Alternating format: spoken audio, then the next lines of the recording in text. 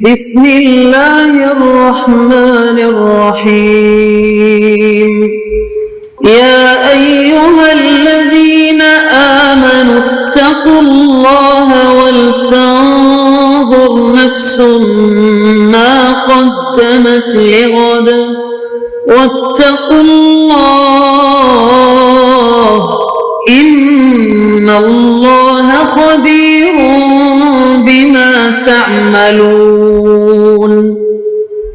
اے ایمان والو، اللہ سے ڈرتے رہو اور ہر شخص کو دیکھنا چاہیے کہ اس نے کل یعنی آخرت کے لیے کیا سامان بھیجا ہے، اور ہم پھر کہتے ہیں کہ اللہ سے ڈرتے رہو، بے شک اللہ تمہارے سب اعمال سے خبردار ہے۔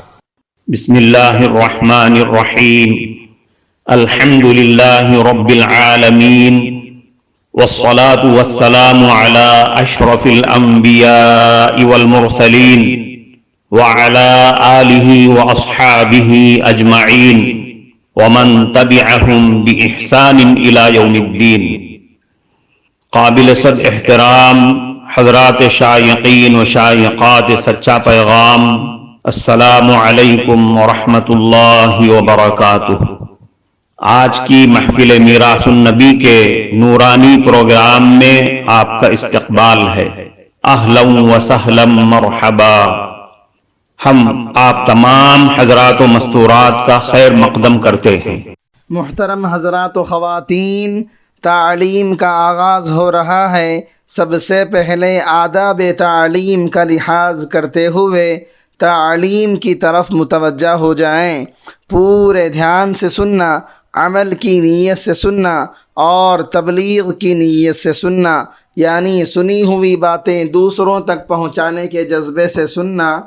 چند خاص آداب تعلیم ہیں، امید ہے کہ آپ حضرات ان آداب کا ضرور خیال رکھیں گے۔ جزاکم اللہ۔ بسم اللہ الرحمن الرحیم۔ حضرت ابراہیم علیہ السلام نے والد کو شیطان کی پیروی کرنے سے بھی ڈرایا اور ان سے فرمایا، یا ابت لا تعبد الشیطان ان الشیطان کان للرحمن عصیا۔ اے میرے والد، آپ شیطان کی پرستش مت کیا کرو، بے شک شیطان رحمان کا نافرمانی کرنے والا ہے۔ یعنی یہ بت پرستی اصل میں شیطان پرستی ہے، اس لیے کہ شیطان ہی بت پرستی پر لگا دیتا ہے اور اس کا مواخذہ شیطان سے بھی ہوگا۔ لہذا اپنے مالک حقیقی اور منعم حقیقی کو چھوڑ کر اس کے دشمن کی عبادت کرنا ہرگز مناسب نہیں ہے۔ اس کے بعد حضرت ابراہیم علیہ السلام نے انتہائی لطیف انداز میں اپنے والد سے مخاطب ہو کر فرمایا، ابا جان، اگر آپ نے اللہ کی نافرمانی اور اس کے دشمن کے ساتھ دوستی کو نہ چھوڑا تو اندیشہ ہے کہ شیطان کی طرح آپ بھی راندہ درگاہ اور مبتلا عذاب نہ ہو جائیں۔ یہ ڈرانا یقیناً واضح تھا، مگر ادب کے دامن کو ہاتھ سے جانے نہ دیا، چنانچہ فرمایا، اخاف ان یمسک عذاب۔ اے میرے باپ، میں اندیشہ کرتا ہوں کہ تم پر رحمان کی طرف سے کوئی عذاب نہ آ جائے۔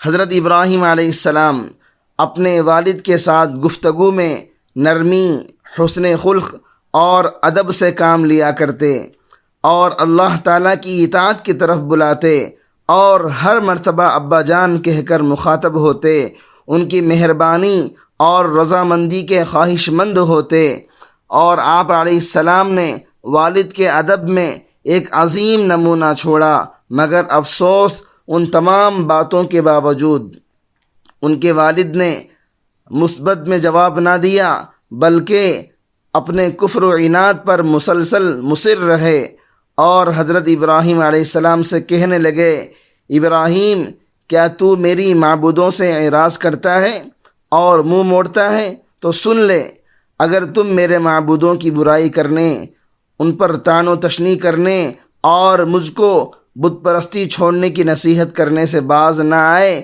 تو میں تمہیں ضرور سنگسار کر دوں گا، لہذا تو یہاں سے نکل جا، مجھ سے دور چلا جا اور پلٹ کر واپس ہرگز نہ آنا۔ حضرت ابراہیم علیہ السلام نے اپنے والد کا جواب سن کر بے ادبی سے جواب نہیں دیا اور نہ ہی مزید بحث و مباحثہ سے کام لیا، بلکہ ان سے فرمایا سلام علیک ساستغفر لک ربی انہ کان بی حفیہ، میرا سلام لے لو، اب میں تمہارے لیے اپنے رب سے مغفرت کی دعا مانگوں گا، بے شک میرا رب مجھ پر بہت زیادہ مہربان ہے۔ میرے ابا جان، میں ہرگز تمہیں تکلیف نہیں پہنچاؤں گا، البتہ میں اپنے رب سے آپ کی مغفرت کی دعا کرتا رہوں گا، اس لیے کہ میرا رب مجھ پر بڑا مہربان ہے۔ حضرت ابراہیم علیہ السلام نے یہ بھی فرمایا تم جن معبودان باطلہ کی پرستش کرتے ہو ان سے میں دوری اختیار کرتا ہوں اور صرف اپنے ایک معبود کی عبادت کروں گا جس کا کوئی سہیم اور شریک نہیں، مجھے امید ہے کہ وہ میری دعا میں مجھے ناکام نہیں فرمائیں گے۔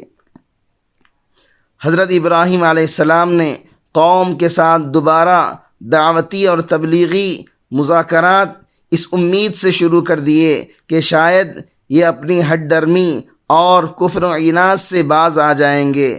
چنانچہ قوم سے فرمایا ما هذه التماثيل التي انتم لها عاکفون، یہ کیا صورتیں ہیں جن پر تم جمے بیٹھے ہو؟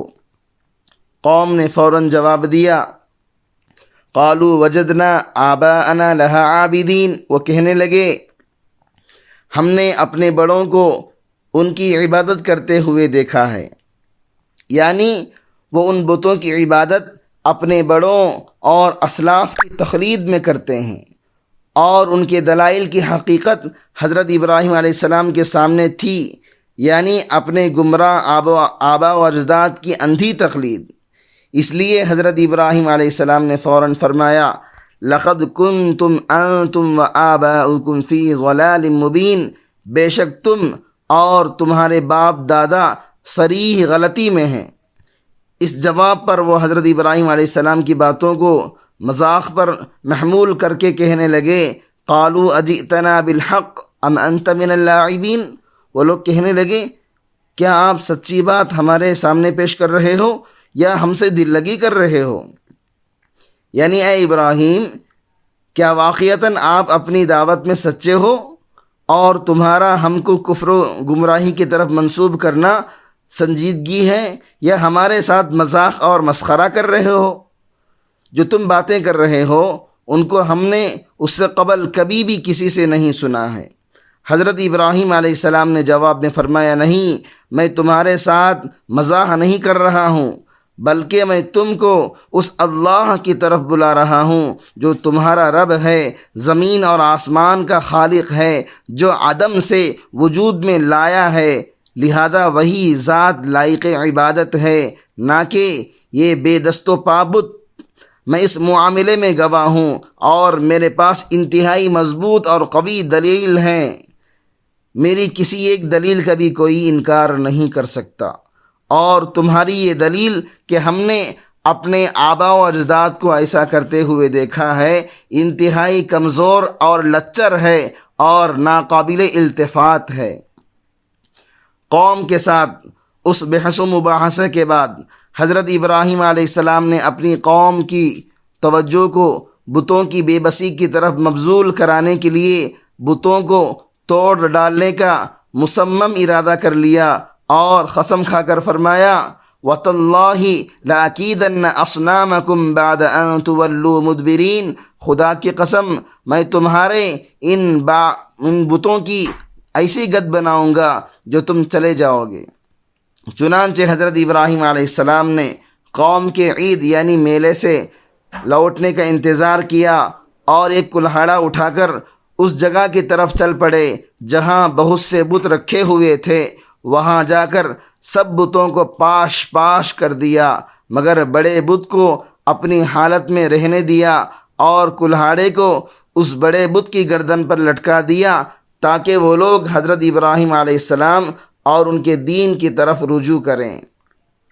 چنانچہ قوم نے واپس آ کر جب اپنے بتوں کی حالت دیکھی تو خوف زدہ اور دہشت زدہ ہو گئی۔ انہوں نے دیکھا کہ ان کے سارے معبود ٹوٹے ہوئے ہیں، توڑے گئے ہیں، اور ان کے ٹکڑے زمین پر جا بجا بکھر پڑے ہوئے ہیں، اور کلہاڑا بڑے بت کی گردن پر لٹکا ہوا ہے۔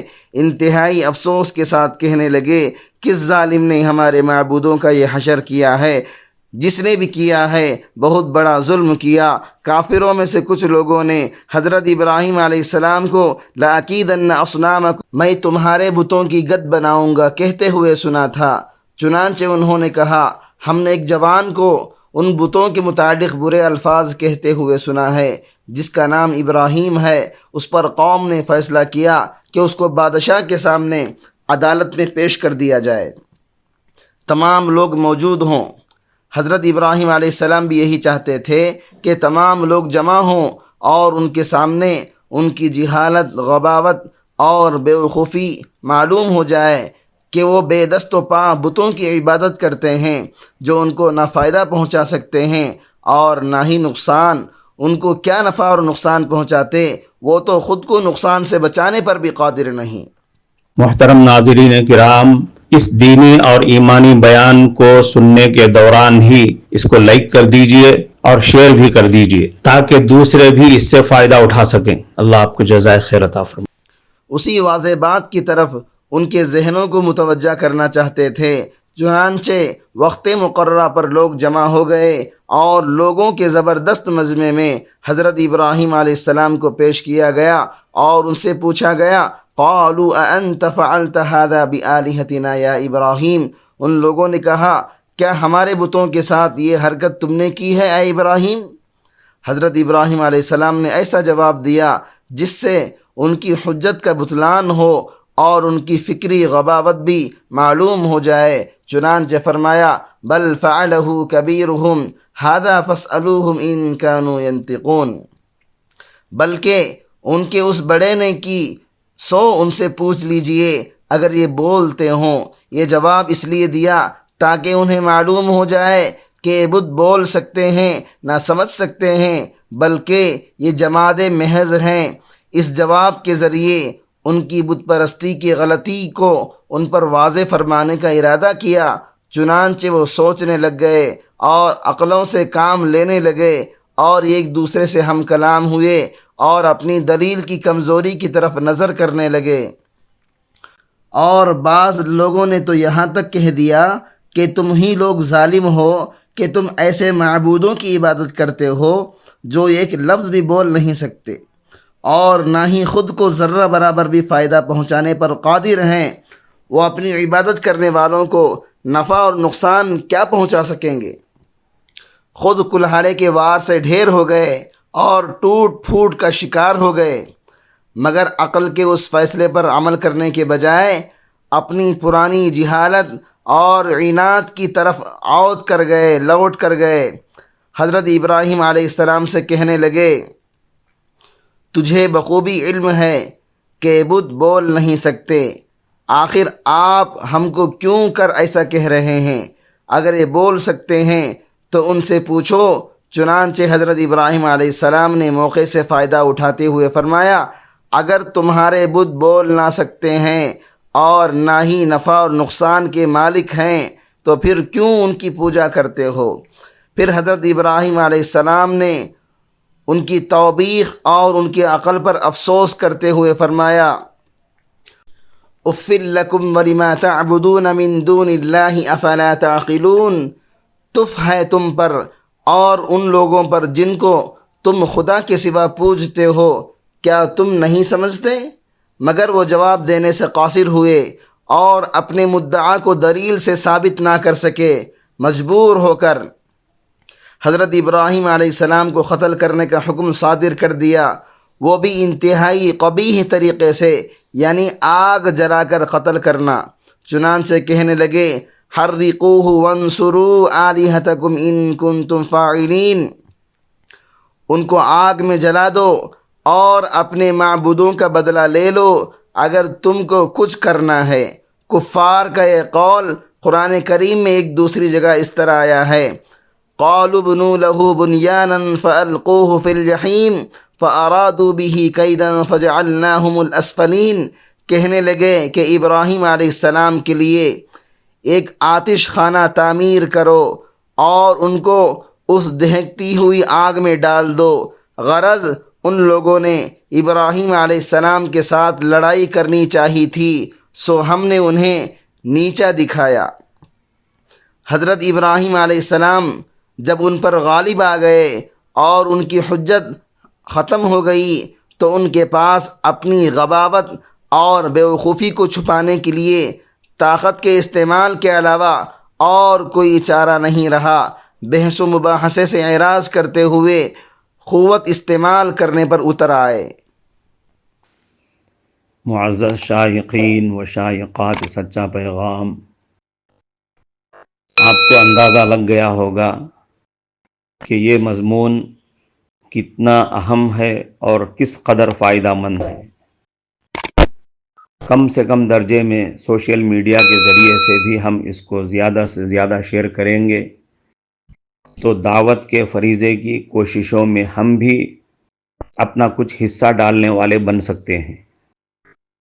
لہٰذا زیادہ سے زیادہ اس کو عام کریں تاکہ پوری دنیا کے ہندوؤں کی غلط فہمی دور ہو جائے اور انہیں یہ زمینی حقیقت معلوم ہو جائے اور وہ اپنے اصل مذہبی لیڈر پیغمبر آخر الزماں حضرت محمد الرسول اللہ صلی اللہ علیہ وسلم کو ماننے پر مجبور ہو جائیں اور کلمہ پڑھ کر آپ کے ساتھ ساتھ وہ بھی جنت میں جانے والے بن جائیں۔